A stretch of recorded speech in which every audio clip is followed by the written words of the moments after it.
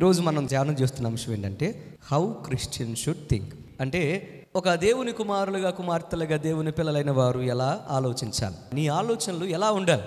ఆలోచనల గురించి మనం మాట్లాడాలా, లేకపోతే ఆలోచనల గురించి దృష్టి పెట్టాలా, మన యొక్క జీవితాల్లో ఆలోచనలు అనే విషయాల గురించి ఒక ప్రత్యేక స్థానం ఇస్తూ దాని గురించి ధ్యానం చేయాలా అని అంటే పరిశుద్ధ లేఖనం నొక్కి బక్కాడిస్తున్న విషయం ఏంటంటే ఖచ్చితంగా ఆలోచనల గురించి మనం ధ్యానం చేయాలి అని పరిశుద్ధ లేఖనం మనకు బోధిస్తుంది. ఒక గొప్ప వ్యక్తి ఇలా అంటాడు, ఏమనంటే it's easy to look sharp when you have not done any work. మన జీవితాల్లో మన బ్రతుకుల్లో ఒకవేళ కనుక ఇది కనుక పెన్సిల్ అనుకోండి, దీన్ని చక్కగా మనం షార్ప్నర్తో షార్ప్ చేసిన తర్వాత ఎలా కనపడుతుంది? సూదిగా అందంగా కనపడుతుంది. సో ఈ రోజు పొద్దున్నే దీన్ని మీరు చక్కగా షార్ప్నర్తో షార్ప్ చేశారు, సాయంత్రం దీన్ని చూసారనుకోండి, ఎలా ఉంటుంది? అది అంతే అందంగా చక్కగా కనపడుతుంది. రేపు పొద్దున్న చూసిన ఎలా ఉంటుంది? అది అంతే చక్కని అందంగా అంతే సూదిగా కనపడుతుంది. ఎల్లుండి చూశారు, వచ్చే వారం చూశారు, వచ్చే నెల చూశారు, వచ్చే సంవత్సరం చూశారు, నువ్వు దాన్ని వాడనంత కాలం అది ఎలా కనపడుతుంది? అంతే సూదిగా అంతే అందముగా కనపడుతుంది. ఎందుకని? దీన్ని వాడనంతసేపు కూడా దాని యొక్క కోణము పోదు, దాని యొక్క అందము కూడా కోల్పోదు. ఒకవేళ ఈ రోజు పొద్దున్నే మీరు దీన్ని షార్ప్ చేసి దాన్ని షార్ప్ చేసిన తర్వాత సపోజ్ పెన్సిల్ అనుకోండి, దీన్ని రాయడం మొదలు పెట్టారనుకోండి, మధ్యాహ్నానికో సాయంత్రానికో రాయిగా దాని యొక్క సూది కొన ఏమైపోతుంది? అరిగిపోయి అది అందాన్ని కోల్పోతుంది, దాని యొక్క షార్ప్నెస్ నది కోల్పోతుంది.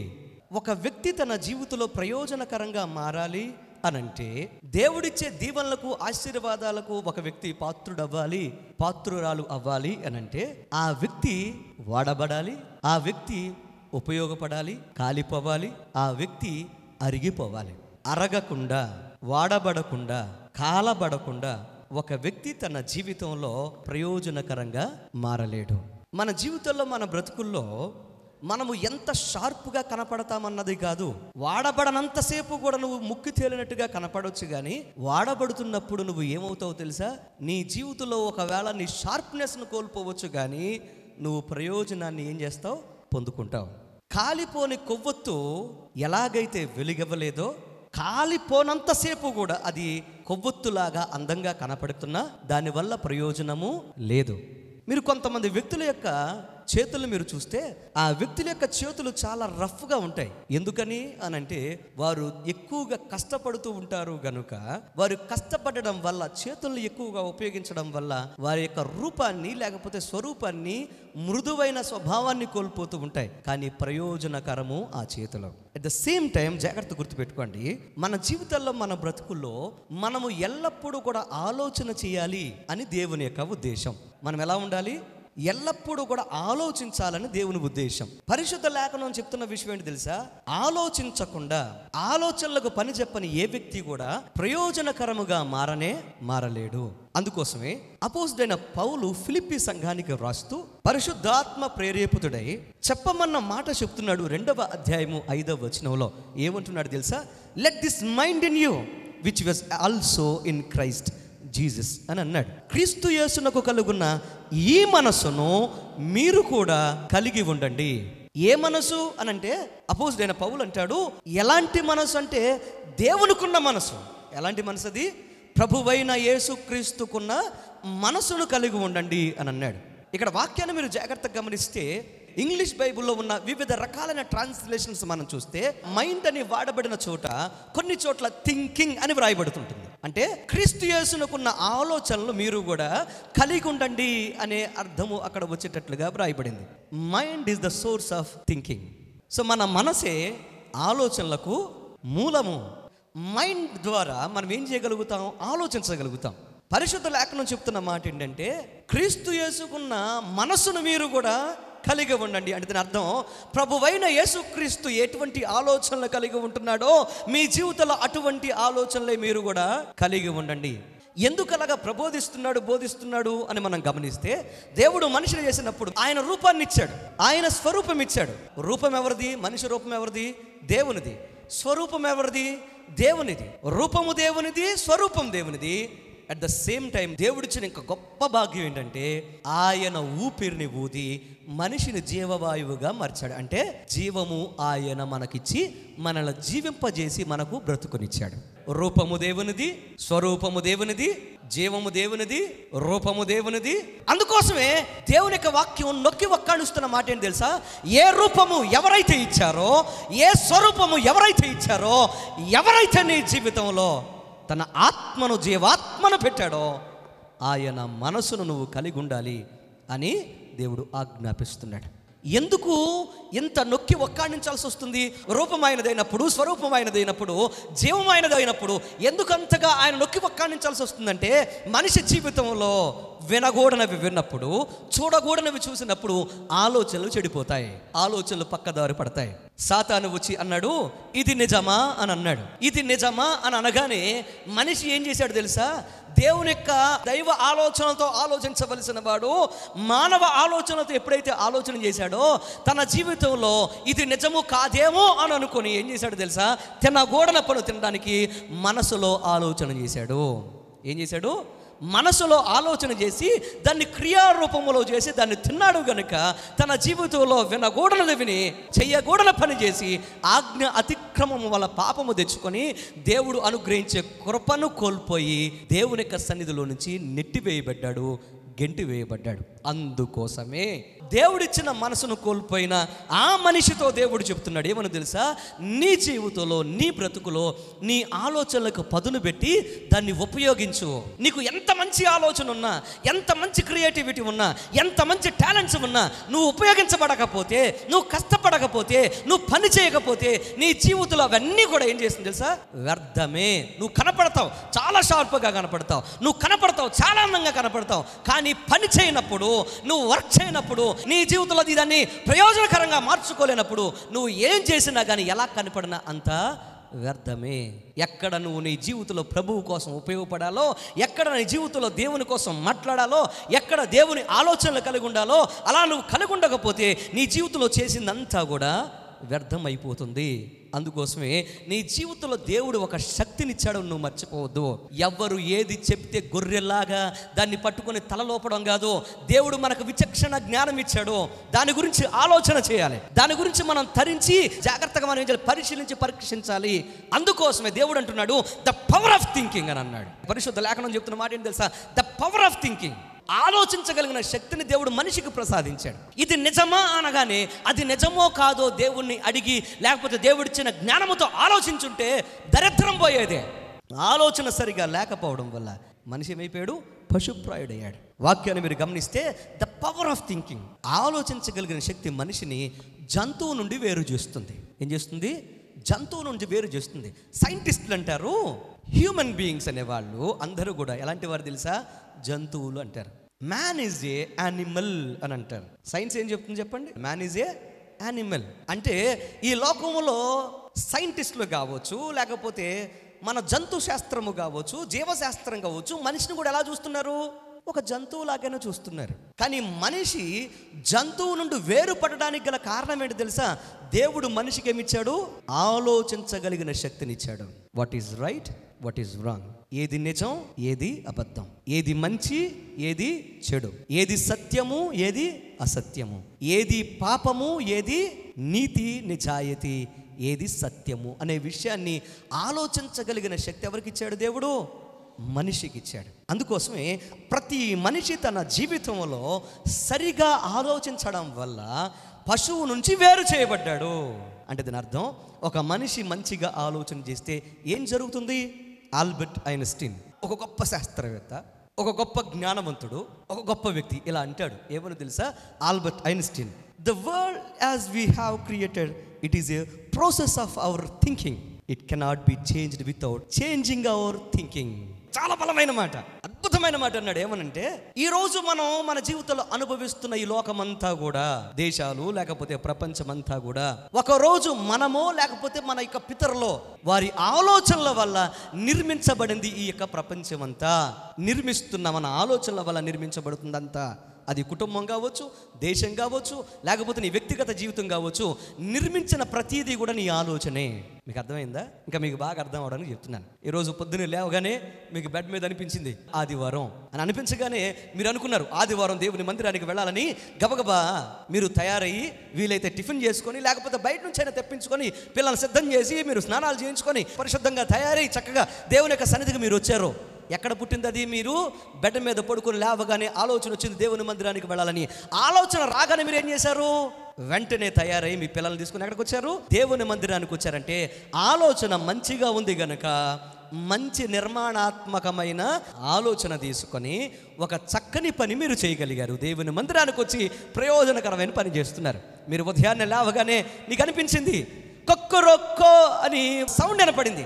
వెంటనే నీకు ఆ సౌండ్ వినపడగానే అబ్బా కోడి పిలుస్తూ ఉంది, అసలు వీకెండ్ అని వెంటనే లేచి నువ్వు కోడి పుంజుని గనక నీ సంఖలో పెట్టుకొని లేకపోతే బొట్లో పెట్టుకొని చక్కగా కోడి పందానికి వెళ్ళావు అనుకో, కోడి పందెములో నువ్వు పాల్గొంటావు, కోడి పందెములో నువ్వు జోదం ఆడతావు. కానీ ఇది ప్రయోజనకరమైనదా? అది వ్యసనముగా నీ జీవితాన్ని నువ్వు మార్చుకున్నావు. అంటే ఒక మంచి కుటుంబము లేకపోతే ఒక మంచి జీవితము, ఒక మంచి ప్రపంచాన్ని నువ్వు చూడాలి అని అంటే ఖచ్చితంగా నువ్వేం చేయాలి తెలుసా? నీ జీవితంలో, నీ బ్రతుకులో నీ ఆలోచనలు అనేవి ఎలా ఉండాలి?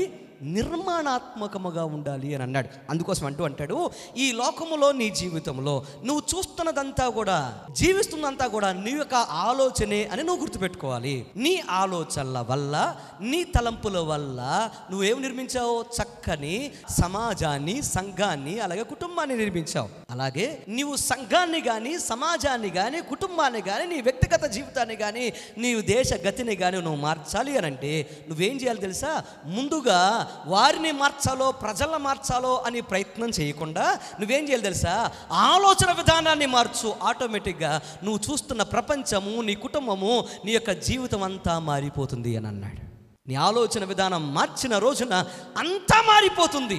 నీ ఆలోచన మారనంతసేపు, నీ యొక్క జీవితం మారనంతసేపు నీ బ్రతుకు కూడా చెప్పండి మారనే మారదు. ఒక మంచి కుటుంబం నిర్మించబడాలన్నా, ఒక మంచి సమాజం నిర్మించబడాలన్నా, ఒక మంచి సంఘము నిర్మించబడాలన్నా, ఒక మంచి అద్భుతమైన దేశము నిర్మించబడాలన్నా మన జీవితంలో మన ఆలోచనలు సరిచేయబడాలి. నీ ఆలోచనలు సరిగా ఉంటే, నీ తలంపులు సరిగా ఉంటే అప్పుడు నువ్వు ఖచ్చితంగా నువ్వు మంచి సమాజాన్ని, మంచి సంఘాన్ని, మంచి కుటుంబాన్ని నువ్వు ఆటోమేటిక్గా నిర్మించగలుగుతావు. అందుకోసమే beware of your thoughts. నీ జీవితంలో, నీ బ్రతుకులో, నీ ఆలోచనల విషయంలో నువ్వు ఖచ్చితంగా జాగ్రత్త వహించాలి. క్రీస్తు యేసుకున్న ఈ మనసు, ఈ ఆలోచన మీరు కూడా కలిగి ఉంటే మీరు కూడా ఏం చేయబడతారు? నిర్మాణాత్మకమైన చక్కనైన సమాజాన్ని, సంఘాన్ని, కుటుంబాన్ని, వ్యక్తిగత జీవితాన్ని, వ్యక్తిత్వాన్ని మీరు నిర్మించుకోగలుగుతారు. ఒక వ్యక్తి తన జీవితంలో అద్భుతమైన దీవెనకరమైన కుటుంబాన్ని నిర్మించుకోవాలన్నా, లేకపోతే వ్యక్తిత్వాన్ని నిర్మించుకోవాలన్నా, దేవుడు చెప్తున్నట్లుగా క్రీస్తు యేసుకున్న కలిగిన మనసు మనం కలిగి ఉండాలంటే మన జీవితంలో ఏ అంశాలు కలిగి ఉంటే మనం అటువంటి అద్భుతమైన జీవితాన్ని మనం నిర్మించుకోగలుగుతాం అని అంటే 3 విషయాలు త్వరగా మీ ముందు ఉంచుతాను. మొట్టమొదటిది థింక్ ప్యూర్ థాట్స్. స్వచ్ఛమైన ఆలోచనలు కలిగి ఉండండి. చాలామంది క్రైస్తవులు అపవిత్రమైన ఆలోచనలో మునిగిపోతున్నారు. అపవిత్రమైన ఆలోచనలో కొట్టబడుతున్నారు, ఎచ్చబడుతున్నారు. పవిత్రమైన ఆలోచన లేక అపరిశుభ్రమైన ఆలోచనలతో నలగగొట్టబడుతున్నారు, ఎచ్చబడుతున్నారు. దేవుని ఉద్దేశము, దేవుని చిత్తము మన జీవితంలో నాశనం కావాలి. నాశనం చేయడమే సైతానుగాడి యొక్క ఉద్దేశము. కనుక వాడు అపవిత్రమైన ఆలోచనలతో దేవుని పిల్లల్ని ఉక్కిరి బిక్కిరి చేస్తున్నాడు. పైకి బాగానే ఉంటున్నారు కానీ లోన మాత్రం అపవిత్రమైన తలంపులు, అపరిశుభ్రమైన ఆలోచనలు, దారుణమైన జీవితాన్ని కలిగి జీవిస్తూ వారి జీవితాలను నాశనం చేసుకుంటున్నారు. సామెతల గ్రంథం 4:23 మనం చూద్దాం. చూడండి. నీ హృదయములో నుండి జీవదారులు బయలుదేరును కాబట్టి అన్నిటికంటే ముఖ్యముగా నీ హృదయమును భద్రముగా కాపాడుకొనుము. మూర్ఖపు మాటలు నోటికి రానీయకము, పెదవుల నుండి కుటిలమైన మాటలు రానీయకము. నీ కన్నులు ఇటు అటు చూడక సరిగాను, నీ కనురెప్పలు నీ ముందు సూటిగాను చూడవలను. నీవు నడుచు మార్గమును సరళము చేయము, అప్పుడు నీ మార్గంలో నీవు స్థిరములగును. నీవు కుడి తట్టుకైనను ఎడమ తట్టుకైనను తిరుగుము, నీ పాదముల కీడునకు దూరముగా తొలగించుకొనుము. ఇవన్నిటికీ మూలం ఏంటి చెప్పండి? 23వ వచనం. నీ హృదయములో నుండి జీవధారలు బయలుదేరును కాబట్టి అన్నిటికంటే ముఖ్యముగా నీ హృదయమును భద్రముగా కాపాడుకోవాలి. చాలామంది అనుకుంటారు హృదయము నుండి జీవధారలు బయటకు వస్తాయి అనగానే అంటే జలపాతాలు ఉంటాయి చూసారా, ఆ జలపాతాలు హృదయంలో నుంచి బయటకు వస్తాయి అనుకుంటారు చాలామంది. కంటి నుండి అయితే కన్నీరు బయటకు వస్తుంది, నోటి నుండి మాట బయటకు వస్తుంది. ఏ వస్తువుకు ఆ వస్తువుకు తగిన పనిని దేవుడు కల్పించాడు. ఏ అవయవానికి ఆ అవయవము పని చేయాలని దేవుడు ఏం చేశాడు? నిర్దేశించాడు. అలాగే నీ యొక్క ముక్కుకు ఒక పర్పస్ ఉంది, నీ యొక్క నోటుకు ఒక ఉద్దేశం ఉంది, నీ కంటికి ఒక ఉద్దేశం ఉంది. కంటి నుండేమో కన్నీటి దారాలు బయటకు వస్తాయి, కానీ చాలా మంది ఏమనుకుంటారు హృదయము నుండి కూడా ఏమొస్తాయి, కన్నీటి దారాలు బయటకు వస్తాయి అనుకుంటారు. కాదు కాదు కాదు, హృదయము నుండి జీవధారలు బయటకు వస్తాయి. జీవధారలు అనంటే ఏంటి? జీవమునిచ్చే దార. ఏంట దార? తర్వాత వచనంలో మాట్లాడుతున్నాడు తెలుసా? నీ యొక్క మాట, నీ యొక్క తలంపు. ఎప్పుడైతే హృదయములో ఏముంటాయి చెప్పండి? ఆలోచనలు ఉంటాయి. హృదయం ఏం చేస్తుంది? ఆలోచన చేస్తుంది. ఆలోచన బయటికి ఎలాగ వస్తుంది? నోటి రూపంలో వస్తుంది. అంటే నోటి నుండి వచ్చే మాట ఆధారం ఏంటి? హృదయములో కలిగిన ఆలోచన. దేవుడు అంటున్నాడు నీ హృదయము నుండి జీవధారలు బయటకు వస్తాయి గనక ఆ జీవధారలు బయటకు వచ్చే హృదయాన్ని నువ్వేం చేయాలి? చాలా జాగ్రత్తగా కాపాడుకోవాలి. అది స్వచ్ఛంగాను, అది పరిశుద్ధంగాను, పవిత్రంగాను ఉంచుకో. దాన్ని గనక నువ్వు జాగ్రత్త కాపాడుకోలేదనుకో, దాని స్వచ్ఛత కోల్పోతుంది. చాలామంది ఇలా అనుకుంటారు, స్వచ్ఛత పరిశుద్ధత రెండు ఒకటే అనుకుంటారు. Holiness and purity is not the same. Purity అంటే స్వచ్ఛత, అలాగే పరిశుద్ధత రెండు ఒకటే కాదు. హోలీనెస్ అనేది అంటే పరిశుద్ధత దేవునితో కలిపి ఉన్నది, దేవునితో సంబంధము అనుసంధానము చేయబడినది. పరిశుద్ధత ఎవరితో లింక్ అయి ఉంది? దేవునితో కలిపి ఉన్నది. స్వచ్ఛత అనేది మానవ సంబంధమైనది, మనిషి చేతుల్లో ఉన్నది. నువ్వు పరిశుద్ధతను నువ్వు ఏం చేయలేవు, మార్చలేవు, కానీ స్వచ్ఛతను మార్చగలవు. పరిశుద్ధతను నువ్వు టచ్ చేయలేవు, కానీ దేన్ని మార్చగలవు? నువ్వు స్వచ్ఛతను నువ్వు మార్చగలవు, దాన్ని నువ్వు ప్రభావితం చేయగలవు. ఇప్పుడు మీకు ఒక ఉదాహరణ చెప్తాను, వినండి. ఉదయాన్నే పాలు తీసేవాళ్ళు ఉంటారు. చక్కగా పాలు తీయని వెళ్ళి ఆ యొక్క ఆవు దగ్గర లేకపోతే గేదె దగ్గర కూర్చొని పాలు పిదుగుతూ ఉంటారు. పొదుగును కడగడానికి నీళ్లు పట్టుకెళ్ళి పొదుగును కడిగిన తర్వాత ఇంకా అందులో ఒక 1/2 లీటరో 2 లీటర్లో నీళ్లు మిగిలినాయి అనుకోండి. ఎందుకులో నీళ్లు వేస్ట్ చేయడం అనుకొని చక్కగా అందులో పాలు పిండేశారు అనుకోండి. ఇప్పుడు ఆ పాలను ఏమంటారు చెప్పండి? స్వచ్ఛమైన పాలు అని అంటారా, లేకపోతే కల్తీ పాలు అని అంటారా? స్వచ్ఛత అనేది మన చేతుల్లో ఉంటుంది. నీవు ఏ నీళ్లు కలవనివ్వకుండా ఉన్న నీళ్లు పారబోసి ఉన్న పాలు ఉన్నట్టుగా నువ్వు పితికావనుకో, దాన్ని ఏమంటారు? స్వచ్ఛమైన పాలు అని అంటారు. నువ్వు దాన్ని కల్తీ చేయగలవు, లేదా కల్తీ చేయకుండా దాన్ని నువ్వు అలాగే ఉంచగలవు, స్వచ్ఛంగా ఉంచగలవు. తేనె చూడండి, తేనె పట్టు నుండి తేనెను సేకరించిన తర్వాత స్వచ్ఛంగా అమ్ముతావా, కొంచెం బెల్లం పాకం కలిపి అమ్ముతావా, నీ చేతుల్లోనే ఉంటుంది. స్వచ్ఛత అనేది purity, you can maintain it. స్వచ్ఛమైన జీవితం అనేది నువ్వు ఏం చేయొచ్చు? నీ జీవితంలో నువ్వు ఎంచుకోవచ్చు. పరిశుద్ధమైన జీవితం అనేది ప్రభువు యొక్క సహాయంతో మాత్రమే నువ్వు నీ జీవితంలో కొనసాగించగలుగుతావు. పరిశుద్ధతను నువ్వు ప్రభావితం చేయలేవు, స్వచ్ఛతను నువ్వేం చేయొచ్చు? ప్రభావితం చేయగలవు. అందుకోసమే దేవుని వాక్యం చెప్తున్న మాట ఏంటంటే, నీ జీవితంలో నువ్వు స్వచ్ఛమైన ఆలోచనలు కలిగి నీ జీవితాన్ని కాపాడుకోవాలి. స్వచ్ఛమైన తలంపులు కలిగి నీ జీవితాన్ని కాపాడుకోవాలి. స్వచ్ఛమైన మార్గాలను నువ్వు నడిచి నీ జీవితాన్ని కాపాడుకోవాలి. స్వచ్ఛతను నీ జీవితంలో ఎట్టి పరిస్థితుల్లో ఏం చేయకూడదు? నువ్వు కోల్పోకూడదు. Think pure thoughts. నీ జీవితంలో నీ హృదయము జీవధారలు బయటకు వస్తాయి కనుక నీ హృదయం నుండి నువ్వేం చేయాలి? నీ యొక్క హృదయమును జాగ్రత్తగా నువ్వు భద్రముగా కాపాడుకో. నువ్వు ఒకవేళ నీ జీవితాన్ని, నీ హృదయాన్ని శ్రద్ధగా కాపాడుకోకపోతే అపవిత్రమైన ఆలోచనలు నీ యొక్క హృదయంలో ఎప్పుడైతే వస్తాయో నీ యొక్క జీవితంలో నుండి స్వచ్ఛమైన లేదా పవిత్రమైన ఆలోచనలు బయటకు రాకుండా ఏమవుతాయి తెలుసా?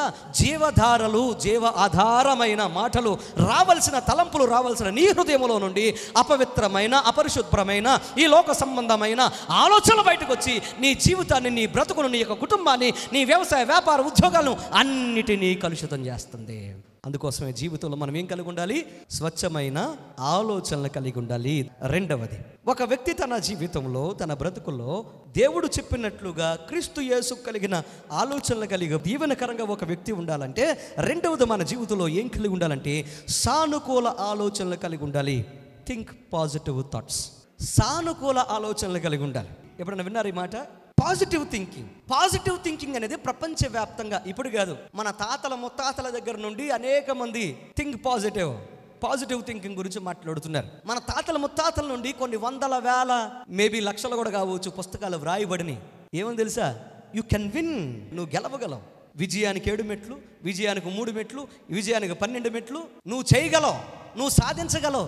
ఇవన్నీ ఏంటి తెలుసా? మోటివేషనల్ స్పీకర్స్ మాట్లాడుతూ ఉంటారు. నీ జీవితంలో నువ్వు చేయలేనిది నీ జీవితంలో ఏదీ లేదు, అన్నీ నువ్వు చేయగలవు అని చెప్పడం వారి ఉద్దేశం. ఎందుకనంటే ఎప్పుడైతే నువ్వు సానుకూలమైన దృక్పథముతో ఉంటావో అప్పుడు ఖచ్చితంగా నువ్వు చేయగలవని ఎవరి ఉద్దేశం. ఎందుకు అలా చెప్పగలిగారు అని అంటే ఒక అద్భుతమైన మాట చెప్తాను వినండి. ఈరోజు నీ ఆలోచనలు, రేపు నీ మాటలు. ఈ విషయం కనుక మీరు జాగ్రత్తగా వింటే, ఇప్పుడు నేను చెప్పే వాక్యాన్ని మీరు వింటే, మీలో చాలామంది బ్రతకాలన్న ఆశ మీలో పుడుతుంది. ఓడిపోయాము అనుకున్న వారికి మళ్ళీ మేము గెలుస్తామనే ఒక తలంపు, ఒక ధైర్యం వస్తుంది. అందుకోసమే ఈరోజు జాగ్రత్తగా ఈ వాక్యాన్ని మీరు మనసులో ఉంచుకోండి. నీ ఆలోచనలు నీ మాటలుగా మారతాయి, నీ మాటలు నీ చేతలుగా మారతాయి, నీ చేతలు నీ అలవాట్లుగా మారతాయి, నీ అలవాట్లే నీ యొక్క క్యారెక్టర్గా మారిపోతుంది. క్యారెక్టర్ అంటే ఏంటి? ప్రవర్తనగా మారిపోతుంది. ఎంత బలమైన మాట చూడండి. ఎక్కడ ఆలోచనలు, ఎక్కడ ప్రవర్తన, ఎక్కడ క్యారెక్టర్. నీ ఆలోచన ఎంత బలమైనదో నువ్వు తెలుసుకుంటే నీ ఆలోచనల విషయంలో చాలా జాగ్రత్తగా ఉంటావు. నీ ఆలోచన ఎంత ప్రభావితమైనదో నువ్వు తెలుసుకుంటే నువ్వు చాలా జాగ్రత్తగా ఉంటావు నీ యొక్క ఆలోచనల విషయంలో. నీ ఆలోచనలే రేపు నీ మాటలని, నీ మాటలే రేపు నీ యొక్క చేతలని, నీ చేతలే రేపు నీ అలవాట్లని, నీ యొక్క అలవాట్ల రేపు నీ క్యారెక్టర్ నువ్వు తెలుసుకున్న రోజున నువ్వు జాగ్రత్త వహించక తప్పదు. అందుకోసమే బీవేర్ ఆఫ్ యువర్ థాట్స్. నీ ఆలోచనల విషయంలో జాగ్రత్త వహించండి, జాగ్రత్త కలిగి ఉండండి. మన ఆలోచనలు మనల్ని ఏం చేస్తాయి? భయంకరంగా ప్రభావితం చేస్తాయి.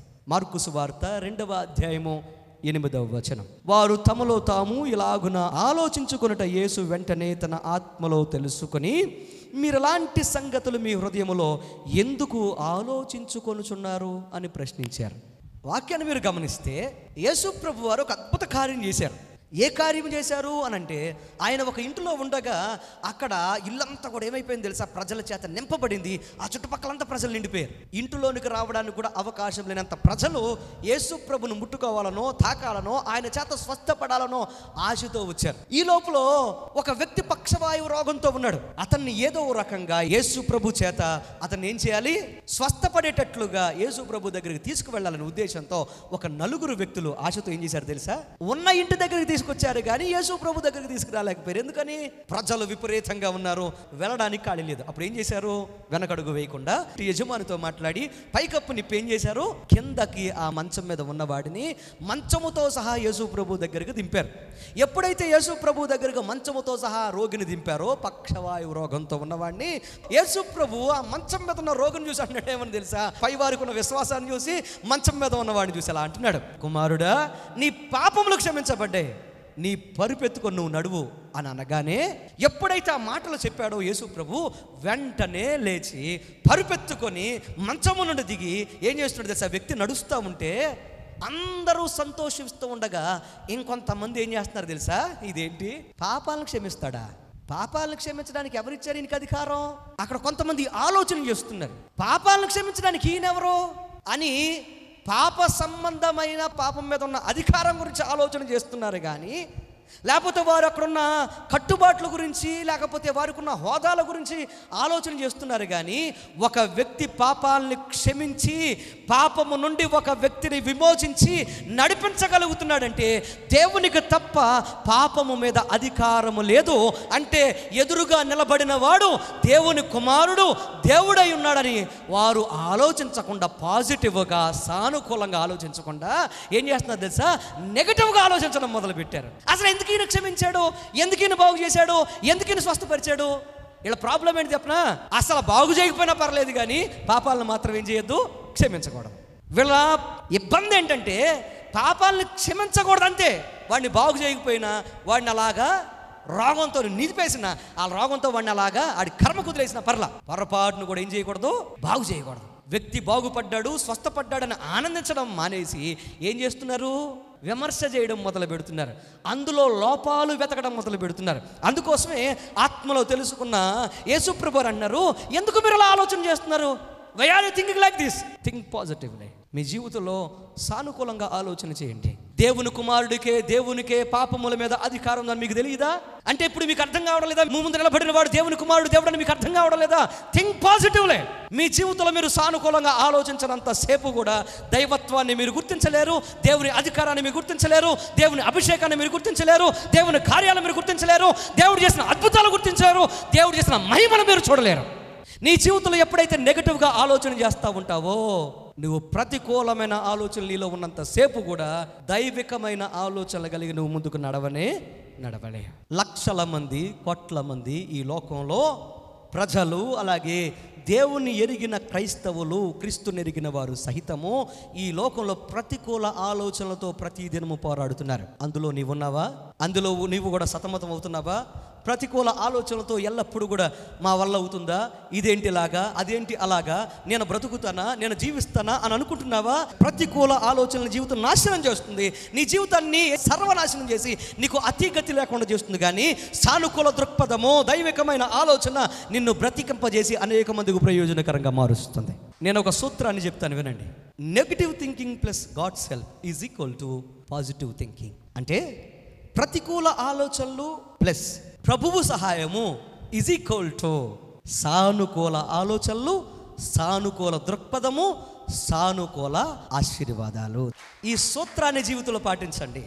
నీ జీవితంలో ఎప్పుడైతే నీకు ప్రతికూలమైన ఆలోచనలు వస్తాయో, అమ్మో కోల్పోతున్నామేమో, అమ్మో మా జీవితంలో పాడైపోతున్నామేమో, అమ్మో మా జీవితంలో అప్పులు పాలైపోతున్నామేమో, నా జీవితంలో మోడిబారిపోయానేమో, నాకు బ్రతుకు లేదేమో, నాకు జీవితం లేదేమో, నా స్థితిగతి లేకుండా నేను నా జీవితంలో నాశనం అయిపోతున్నానేమో అని ఎప్పుడైతే అనుకుంటావో, నీ వ్యవసాయ విషయంలోనైనా, నీ వ్యాపార విషయంలోనైనా, నీ జీవితంలో దేని విషయంలో అయితే నువ్వు నా బ్రతుకులో నా వల్ల కావడం లేదు అని నువ్వు అనుకుంటావో, ఆ సందర్భంలో నీకు అవకాశము లేని చోట ప్రభువు సహాయాన్ని గనక నువ్వు ఆశ్రయించగలిగి నీ ప్రతికూల ఆలోచనలకు ప్రభువు సహాయము తోడైనప్పుడు నీకు సానుకూలమైన ఆశీర్వాదాలు, సానుకూలమైన అద్భుతమైన కార్యాలు నువ్వు అనుభవించగలుగుతావు.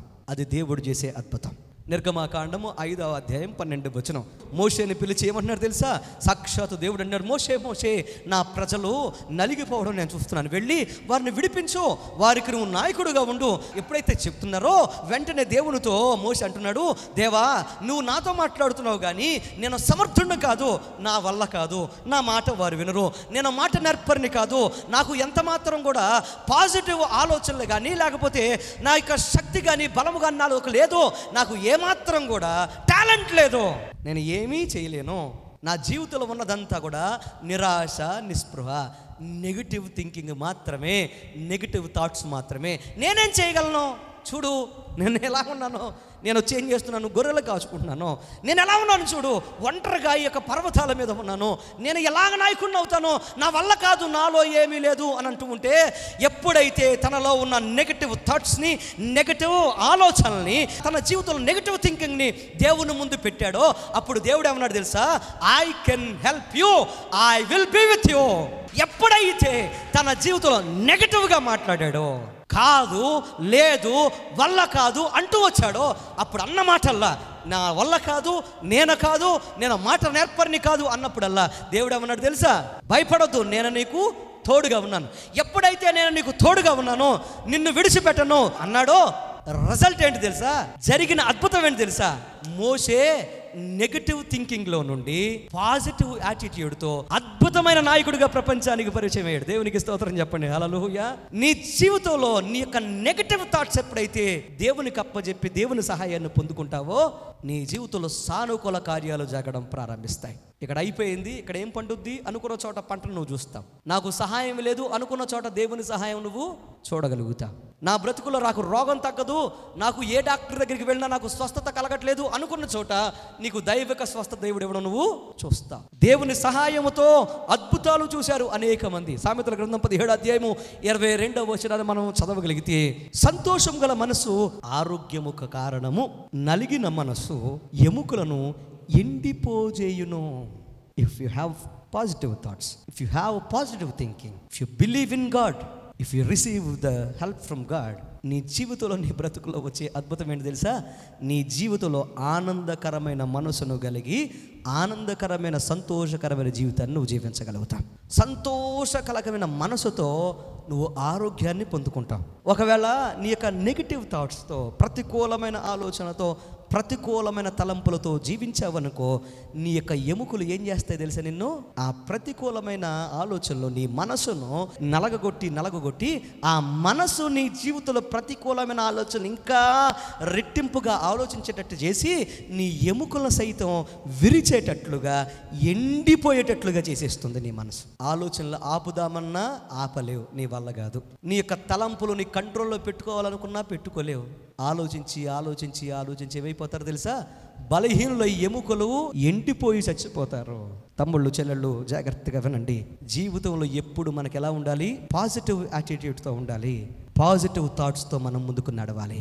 దేవుడు చేస్తాడు, దేవుడు నాతో ఉంటాడు, దేవుని యొక్క సహాయంతో నేను ముందుకు నడుస్తాను అనే ఒక అద్భుతమైన ఆలోచనలతో ఎప్పుడైతే ముందుకు నడుస్తావో, అది నీ ఎగ్జామ్స్ అయినా, అది నీ చదువైనా, నువ్వు రాయబోతున్నా నీ యొక్క జీవితంలో ఎటువంటి క్లిష్టతరమైన ఎగ్జామ్స్నైనా కానీ నీ జీవితంలో చక్కగా నువ్వు క్లియర్ చేయగలుగుతావు, చక్కగా నువ్వు పాస్ అవ్వగలుగుతావు, నీ పేపర్స్లో చక్కగా నువ్వు ప్రజెంట్ చేయగలుగుతావు. ఎప్పుడు సాధ్యమవుద్ది?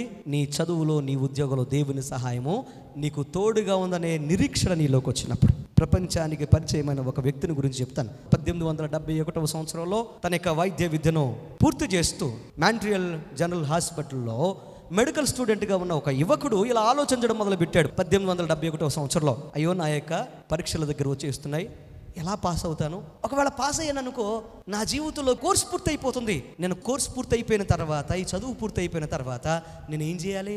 నాకు ఎవరు ఉద్యోగం ఇస్తారు? నాకు అవకాశాలు ఉంటాయా? నా జీవితంలో అసలు నేను గెలవగలుగుతానా? అసలు ముందు ఈ పరీక్షను నేను పాస్ అవ్వగలుగుతానా? నా జీవితంలో ముందుకు నడవగలుగుతానా? రేపేంటి నా జీవితం ఏంటి? ఇప్పుడు వరకు కాలేజీలో ఉన్నాను కనుక నాకేం తెలియట్లా.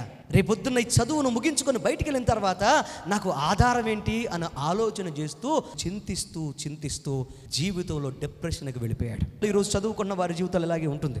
4 సంవత్సరాలు చక్కగా ఇంజనీరింగ్ చదువుతున్నంతసేపు ఏ బాధ, ఏ భయం ఉండదు. సంవత్సరము పూర్తవుతా ఉందనేటప్పటికీ, కోర్సు పూర్తవుతుంది అనేటప్పటికీ ఇక భయం మొదలవుద్ది. రేపు నాకు ఉద్యోగం వస్తుందా? నేను ఇంటర్వ్యూలో నేను ఉద్యోగం సంపాదించగలుగుతానా? ఇంటర్వ్యూని ఫేస్ చేయగలుగుతానా?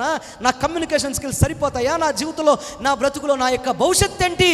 రేపు ఏం చేయాలి అనే ఆలోచన ఈరోజు యవనస్తుల్ని భయంకరంగా వెంటాడుతుంది. ఇంజనీరింగ్ చదువుతున్న వాళ్ళకి, MBA, MCAలు పూర్తి చేస్తున్న వాళ్ళకి, అలాగే డిగ్రీలు పూర్తి చేస్తున్న వారికి, MAలు పూర్తి చేస్తున్న వారికి, PGలు పూర్తి చేస్తున్న వారికి, మెడిసిన్ చదివిన వారికి రేపేంటి మా జీవితంలో భవిష్యత్తు ఏంటి అనే ఆలోచన చాలామందిని ఏం చేస్తుంది తెలుసా? నలగగొట్టేస్తుంది. ఏం చేయాలో అర్థం కాక డిప్రెషన్లో చాలామంది నలిగిపోతున్నారు. చదువు అంటే భయపడిపోతూ, లేకపోతే రేపు అనే దాన్ని ఆలోచించి భయపడిపోతూ ఏం చేస్తున్నారు తెలుసా? చాలామంది గెలవలేమేమో, ఉద్యోగం రాదేమో, మా జీవితంలో మేము పాస్ అవ్వలేమో అనుకొని కొంతమంది ఆత్మహత్య చేసుకునేవారు, కొంతమంది అయితే ఇళ్ళు వదిలిపెట్టి పారిపోయేవారు, కొంతమంది అయితే వ్యసనాలు పాలైపోయేవారు, ఇంకొంతమంది. ప్రియ తమ్ముళ్ళు, చెల్లెళ్ళు, ప్రియ సహోదరి, సహోదరులు, జాగ్రత్త గుర్తుపెట్టుకోండి.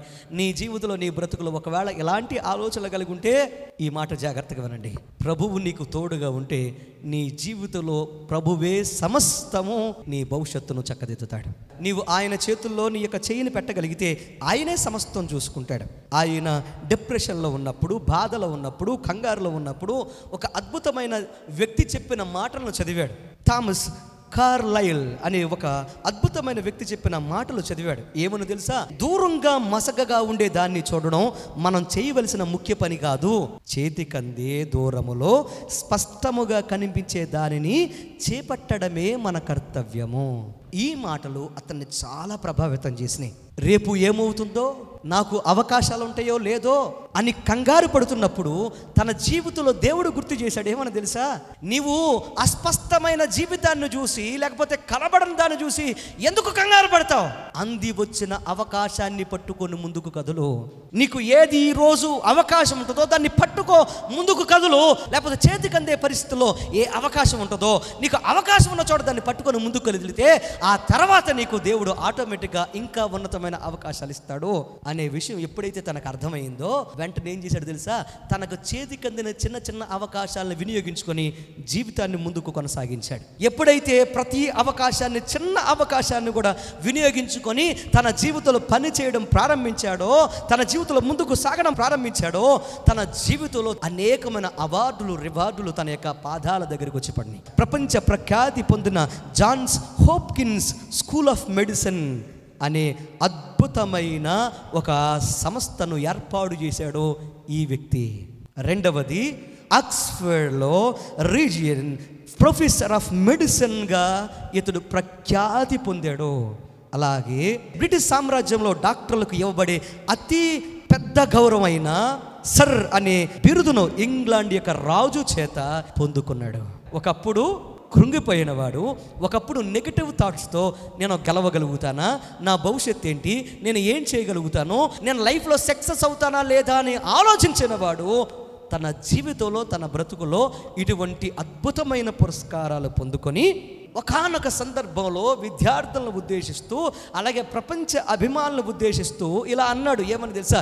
చాలామంది అనుకుంటారు నాకు చాలా ప్రత్యేకమైన తెలివితేటలు ఉన్నాయని, కానీ నాతో కలిసి పెరిగిన వారికి, నాతో కలిసి చదువుకున్న వారికి, నాతో కలిసి పనిచేసే వారికి తెలుసు నేను కూడా సామాన్యమైన వ్యక్తినే అని. నాకు ప్రత్యేకమైన తెలివితేటలు ఏమీ లేవు. కానీ నేను నా జీవితంలో చేసిందల్లా ఏంటంటే, రేపు అనే బరువును నిన్నటి దానితో కలిసి మనం ఈరోజు మోయడం వల్ల మనం తడబడిపోతూ ఉంటాం. అదే అన్నాడు, రేపు అనే బరువును నిన్నటి దానితో కలిసి ఈరోజు మోయడం వల్ల ఎంత బలవంతుడైనా తడబడతాడు. రేపు అనే బరువును నిన్నటి దానితో కలిసి నేను ఈరోజు మొయ్యలేదు గనక నా జీవితంలో నేను నా బ్రతుకులో సక్సెస్ సాధించగలిగాను అని చెప్తూ, మీ జీవితంలో ఈ ప్రార్థన ఎప్పుడు, ఈ మాటలు ఎప్పుడు గుండెల్లో పెట్టుకోమని ప్రభువైన యేసుక్రీస్తు వారు చెప్పిన పరలోకమందున్న మా తండ్రి అని చెప్పిన ప్రార్థనను ఆయన ఏం చేశారు తెలుసా? ఆ రోజు వింటున్న ప్రజలకు, అలాగే ఆయన అభిమానించే విద్యార్థులకు చెప్పారు. ఏమని తెలుసా? ప్రభువా, మా అనుదిన ఆహారము నేడు మాకు దయచేయము. ప్రపంచ ప్రఖ్యాతిగాంచిన వ్యక్తి విలియం అస్లర్ అంటారు. ఏమని తెలుసా? మీ జీవితంలో ఈ ప్రార్థనను గుర్తుపెట్టుకోండి, నేర్చుకోండి. ప్రభువా, మా అనుదిన ఆహారము నేడు మాకు దయచేయము. ఎందుకు ఈ మాట అన్నారు అని అంటే, క్రీస్తు ప్రార్థనలో మా అనుదిన ఆహారం మాకు దయచేయమన్నాడు, కానీ రేపటి ఆహారము, నిన్నటి ఆహారము కోసం మీరు ప్రార్థన చేయమని చెప్పలేదు. ఈ రోజుకు కావలసిన ఈ రోజు ఆహారం ఇమ్మన్నాడు. అంటే దానిలో ఏమీ లేదు, నిన్నటి తిన్న ఆహారం పాడైపోయిందన్న చింత లేదు. రేపు పండదేమో, ఆల్రెడీ ఇన్ఫర్మేషన్ విన్నాము, వరదలు వచ్చినాయి, లేకపోతే భయంకరమైన ఉప్పులు వచ్చి పడిపోయినాయి, పంటలన్నీ నాశనం అయిపోయినాయి, కొట్టుకుపోయినాయి, గోధుమలు రాలేదు, వడ్లు రాలేదు, ధాన్యము సమకూర్చబడలేదు, రేపు ఉండదేమన్న చింత కూడా అందులో లేదు. ఈరోజు ప్రభువా, నేడు మాకు కావలసిన ఆహారము దయచేయము అని ప్రార్థించమని ప్రభు అయిన యేసుక్రీస్తు వారు ఆయన శిష్యులకు, ప్రజలకు నేర్పించాడు. ఇందులో ఉన్న ఒక అద్భుతమైన విషయం ఏంటంటే, మన జీవితాల్లో యేసయ్య చెప్పిన మాట, మీరు రేపటి గురించి చింతించకండి అని అన్నారు యేసు ప్రభు వారు. ఆ రేపటి గురించి రేపు ఆలోచన చేస్తుంది. రేపటి కీడు రేపటికి ఉంది, కానీ మీరు ఈ రోజు గురించి ఆలోచన చేయండి. ఈ రోజు గురించి ఆలోచించమన్నారు అంటే దాని అర్థం, ఇక రేపటి గురించి మనకు ప్రణాళిక వద్దా? రేపటి గురించి మర్చిపోవడమేనా? రేపటి గురించి మనం ఒక ఇన్సూరెన్స్ ప్లాన్ తీసుకోవద్దా? రేపటి గురించి జాగ్రత్త పడొద్దా? రేపటి గురించి మనం ధాన్యం సమకూర్చుకోవద్దా? రేపటి గురించి మన ప్రణాళిక ఏమవుద్దా అనేది కాదు దాని ఉద్దేశం. ఈ రోజు గురించి కనుక నువ్వు ఆలోచన చేస్తూ, ఈ రోజు నువ్వు ప్రయోజనకరంగా కష్టపడిన కష్టము రేపు నీకు ఎలా ఉంటుందో తెలుసా? ఆశీర్వాదకరముగా అది నీకు పనికొస్తుంది. ఈ రోజు నువ్వు ఆందోళనతో, ఈ రోజు నువ్వు నెగిటివ్ థాట్స్తో, ఈ రోజు నేను చస్తానేమో, నేను బ్రతకలేనేమో, నేను చదవలేనేమో, నేను ఓడిపోతానేమో, నాకు ఉద్యోగం రాదేమో, నా జీవితంలో వివాహం అవుదేమో, నాకు బిడల పుట్టరేమో, నా బ్రతుకులో నేను కృంగిపోతానేమో ఈ రోజు భయపడుకుంటా చస్తూ ఉంటే, బాధపడుతూ ఉంటే, రేపును నీ జీవితంలో అనుభవించలేవు. రేపు ప్రయోజనకరమైన జీవితాన్ని కూడా నీ కోసం నువ్వు సంపాదించుకోలేవు. అందుకోసమే రేపటిని గురించి మీరు చింతించొద్దు అని చెప్పారు ఆ గొప్ప వ్యక్తి. ప్రభువైన యేసు మాటలను జాగ్రత్తగా వినండి, ప్రార్థన నేర్చుకోండి, మీ జీవితంలో దాన్ని పాటించండి. అందుకోసమే ప్రభువారు అన్నారు, అనవసరంగా నిన్నటిని రేపును కలిపి మొయ్యతో ఈరోజు జీవించండి ఆనందంగా. మూడవది, థింక్ పర్పస్ఫుల్ థాట్స్. ప్రయోజనకరమైన ఆలోచనలు కలిగి ఉండండి. మూడవది, ప్రసంగి గ్రంథం 12వ అధ్యాయము 13వ వచనం మనం చదివితే, ఇది ఎంతయో వినిన తర్వాత తెలిసిన ఫలితార్థమిదే. ఏదంతా విన్న తర్వాత ప్రసంగి మాట్లాడుతూ, ప్రభు అయిన యెహోవా దేవుని యొక్క అభిషేకముతో, ఆయన యొక్క వివేచనతో, ఆయన చెప్పమన్న మాటలన్నీ చెప్పి గ్రహించి సూక్ష్మముగా అలాగే పరిశీలించి తెలుసుకున్న తర్వాత, వ్యర్థము అన్ని వ్యర్థమని తెలుసుకున్న తర్వాత, ఈ ప్రపంచములో, ఈ భూమి మీద ఏదైనా ప్రయోజనకరమైనది ఉన్నదా? ఉన్నదా అని పరిశీలించి తెలుసుకొని ఇలా అంటున్నాడు. ఏమని తెలుసా? ఇదంతా విన్న తర్వాత, తెలుసుకున్న తర్వాత ఫలితార్థం ఇదే, ప్రతిఫలం ఇదే, శేషం ఇదే. ఏంటది? దేవుని యందు భయభక్తులు కలిగి ఉండి ఆయన కట్టడలను అనుసరించి నడుచుకొనుచుండవలెను. మానవ కోటికి ఇది ఏ విధి. Think purposeful thoughts. ప్రయోజనకరమైన ఆలోచనలు కలిగి ఉండండి. అప్రయోజనమైన విషయాల గురించి, ప్రయోజనము లేని వాటి గురించి అనవసరంగా మీరు కష్టపడుతూ ఆలోచన చేస్తూ మీ జీవితాన్ని నాశనం చేసుకోవడం కంటే, ప్రయోజనము కలిగించే దేవునిని కనుగొని దేవుని ఆజ్ఞల ప్రకారము జీవిస్తూ, దేవుని మాట ప్రకారం బ్రతుకుతూ, దేవుని కట్టడల ప్రకారం జీవిస్తూ మీ జీవితాన్ని కట్టుకోగలిగితే అదే మనిషి యొక్క జీవితములో సాధించగలిగే ప్రతిఫలము, అలాగే ఫలితార్థము. ఏంటంటే అది ఫలితార్థము, ప్రతిఫలము. జీవితంలో గుర్తుపెట్టుకోండి, ప్రతిఫలార్థమునిచ్చే జీవితాన్ని మీరు జీవించలేకపోతే ఈ లోకంలో మీరు ఏది ఆలోచన చేసి మీ ఆలోచనలతో ఏది సాధించాలనుకున్న ప్రయోజనము లేనే లేదు. జాగ్రత్తగా జీవిత సత్యాన్ని చెబుతున్నాను, వినండి. గెలిచినవాడు సంతోషంగా ఉంటాడు, ఓడినవాడు విచారముగా ఉంటాడు. రెండూ శాశ్వతం కాదని తెలిసినవాడు సుఖముగా బ్రతుకుతాడు. జీవితంలో ఈ సత్యాన్ని ఎప్పుడు గుర్తుపెట్టుకోండి. బ్రతుకులో సుఖము, దుఃఖము, సంతోషము, ఆనందము, విచారము, కన్నీళ్ళు, ఈ లోకములో ఇబ్బందికరమైన పరిస్థితులు, మన జీవితంలో ఆశీర్వాదకరమైన ఆనందాలు మనిషి జీవితంలో వస్తాయి, పోతాయి. సుఖము శాశ్వతం కాదు, సంతోషము శాశ్వతం కాదు.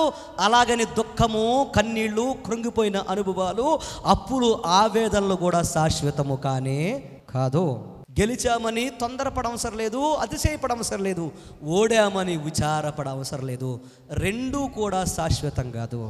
గెలుపోటములనేవి, విచారము, సంతోషం అనేది మన జీవితంలో వస్తాయి, పోతాయి. కానీ జీవితంలో గుర్తుపెట్టుకోవాల్సింది ఏంటంటే మన బ్రతుకులు దేవుడే శాశ్వతము.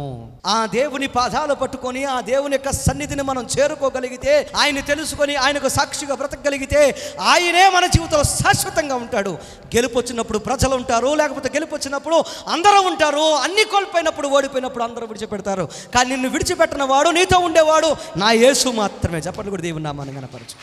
అది తెలుసుకోగలిగితే నువ్వు సుఖముగా, సంతోషముగా క్రీస్తు యేసునకు కలిగిన మనసు కలిగి, ఆలోచనలు కలిగి మీరు కూడా ప్రయోజనకరముగా బ్రతకగలుగుతారు.